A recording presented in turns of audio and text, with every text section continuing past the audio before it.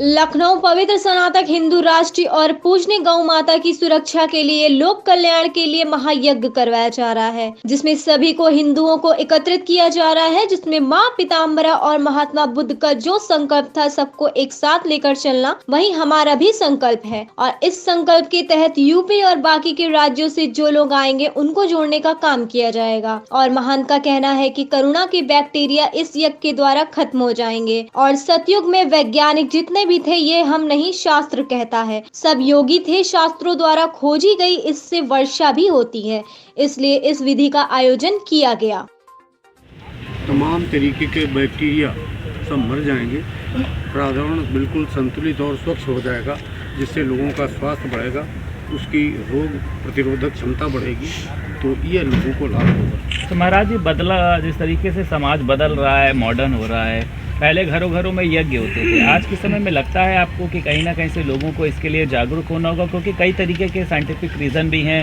High court ने भी एक बात बोली थी कि गाय का जो घी होता है उसको कराने से बारिश होती है, समृद्धि आती है। आपका क्या कहना है इस पर? आप ठीक कहते हैं, लेकिन हम लोग धार्मिक संरचना के व्यक्ति हैं।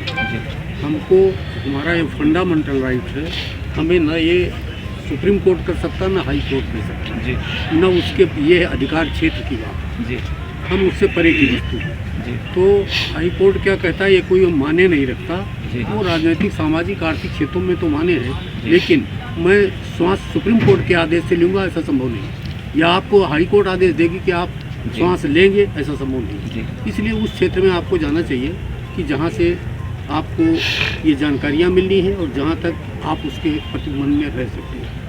तो इसलिए समाज का प्रत्येक व्यक्ति ही नहीं, आज का जो शोधक है यानी वैज्ञानिक, उसको हम कौन थे पहले? सतयुग सब योगी वैज्ञानिक, ये हम नहीं कहते, शास्त्र आपका कहता है।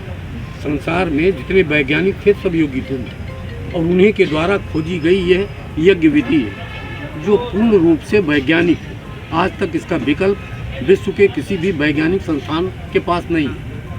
इससे वर्षा भी होती है, स्वास्थ्य भी संरक्षित होता है, प्रकृति के खाद्य सामग्री उत्पन्न करने वाली ये भूधरा भी स्वच्छ और सुदृढ़ हो जाती है, मानव के तमाम तरीके के मनोविकार शांत हो जाते हैं। इसलिए इस यज्ञ का आयोजन किया गया कि राष्ट्र की सुरक्षा हो, गौ का संवर्धन हो, मनुष्यों के तमाम तरीके के जो तरंगें प्रभावित करती हैं और वो प्रदूषित मानसिकता का हो जाता है, उस पर भी रोक लगाया जा सके, यज्ञ के माध्यम से पुण्य के भागी भी बने, जिससे चारित्रिक निर्माण भी हो सके।